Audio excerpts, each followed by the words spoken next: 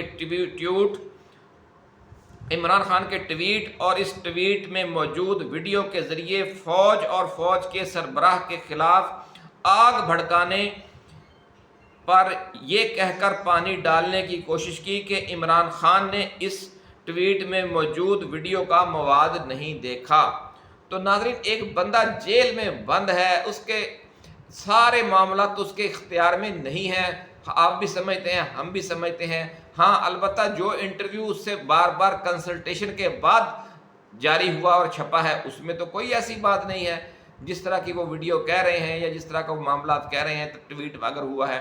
تو بہت سے مقامات پر مختلف لوگ کام کر رہے ہوتے ہیں، ان کے اپنے ذہنی خیالات بھی ہوتے ہیں، یا وہ ایک پچھلی حکمت عملی پر چل رہے ہوتے ہیں جو تازہ ترین فرض کیا حالیہ دنوں میں شہزادہ محمد بن سلمان نے جب عمران خان کی خاطر اپنا یہ دورہ پاکستان ملتوی کیا ہے، تو یہ باتیں جو عمران خان کے نوٹس میں ہیں کہ کس طریقے سے جو غیر ملکی دوست ممالک ہیں جیسے چین ہے، جیسے سعودی عرب ہے، عمران خان کے لیے دباؤ بڑھا رہے ہیں، اور یہ فوج کے اندر سے بھی اب پورا ایک مکتبہ فکر پیدا ہو گیا ہے جو یہ سمجھتا ہے کہ انف از انف، اب اس سے زیادہ ہمیں پی ٹی آئی کو اور عمران خان کو دیوار سے نہیں لگانا چاہیے۔ تو سارے معاملات کو دیکھتے ہوئے عمران خان نے جو خود ذاتی طور پر انٹرویو دیا ہے آپ کو اسے فالو کرنا چاہیے۔ اگر ان کے کسی کارکن نے ایک ٹویٹ میں کوئی ایسی متنازع ویڈیو جاری کر بھی دی ہے تو اس کو بہانہ بنا کر یہ اب نیا بیانیہ گھڑ لینا کہ جناب ایک اور نیا 9 مئی ہونے والا ہے، تو یہ میں نے آپ کو بتایا کہ یہ لوگ چاہتے ہیں کہ یہ پی ٹی آئی اور فوج لڑتے رہیں اور ان کی موج لگی رہے، یہ اصل کہانی یہ ہے۔ اور پی ٹی آئی اور فوج کو دوبارہ لڑوانے کے لیے یہ دیکھیں ایک نئی گیم پلان شروع کر دی گئی ہے، انصار عباسی کے ذریعے یہ پتہ پھینکا گیا ہے، ان کا میڈیا جو ہے وہ بھی اسی لائن کو لے کر اب چل رہا ہے کہ لو جی ایک اور 9 مئی ہونے والا ہے، اب ایک دوبارہ خوفناک جھڑپ ہوگی اور پھر پی ٹی آئی کے خلاف نیا کریک ڈاؤن شروع ہو جائے گا۔ تو یہ کہانی بنائی جا رہی ہے، یہ ہم آپ کو مزید سناتے ہیں۔ تو ناظرین، عمران خان کے آفیشیل ٹویٹر اکاؤنٹ سے یہ زہر پھیلایا جا رہا ہے کہ یہ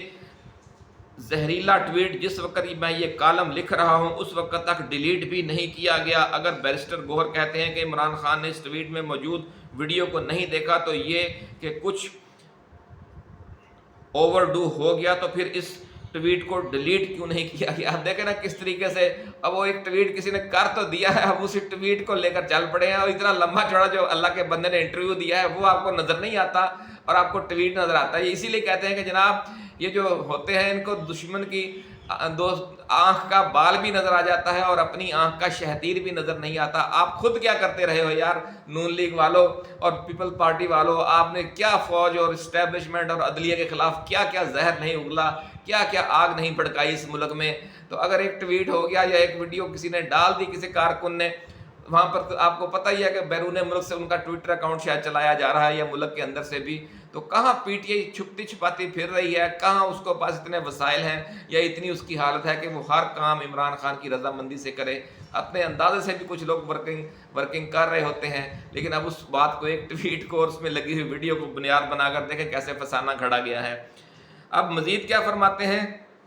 مجھے معلوم ہے کہ بیرسٹر گوہر تحریک انصاف کے کئی رہنما عمران خان اور پی ٹی آئی کے آفیشیل ٹویٹر اکاؤنٹس کے ذریعے جو خطرناک کھیل کھیلا جا رہا ہے اس سے پریشان ہیں، لیکن ان سب کو روکنے میں بے بس بھی دکھائی دیتے ہیں۔ ان رہنماؤں میں سے کچھ نے آپس میں یہ تک مشورہ کیا کہ کیوں نہ تحریک انصاف کے چند رہنماؤں پر مشتمل ایک کمیٹی بنائی جائے جو عمران خان اور پی ٹی آئی کے ٹویٹر اکاؤنٹ پر کیے جانے والے ٹویٹس کو جاری کرنے سے پہلے کلیئر کرے، لیکن ایسا اب تک نہیں ہو سکا۔ مجھے یہ بھی بتایا گیا کہ عمران خان اور پی ٹی آئی کے ٹویٹر اکاؤنٹس کو بیرون ملک سے چلایا جا رہا ہے۔ دیکھا نا مولانا بھی وہی بات آ گئی ہے۔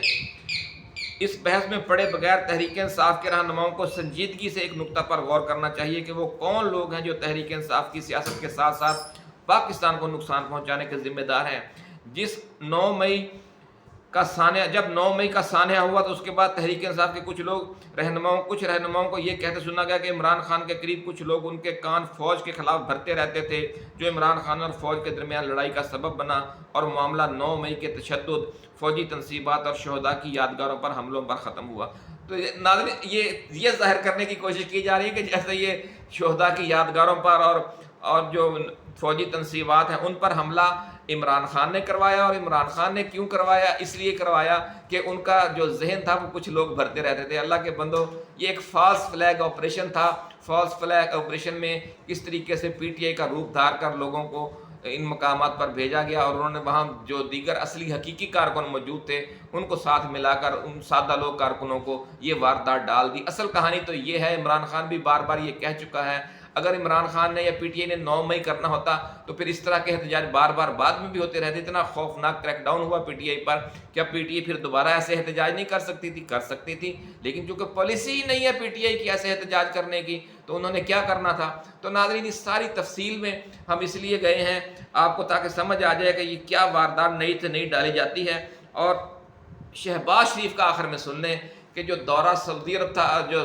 شہزادہ محمد بن سلمان کا پاکستان کا دورہ تھا وہ تو ہو گیا کینسل۔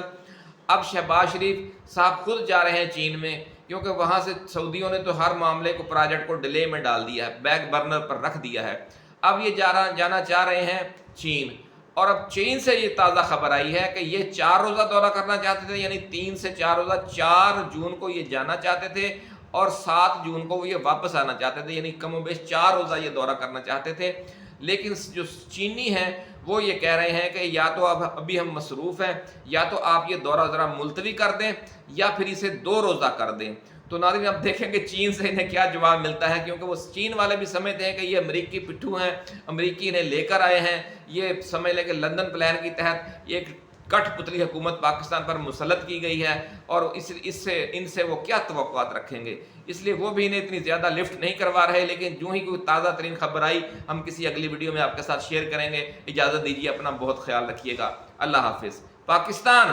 زندہ باد۔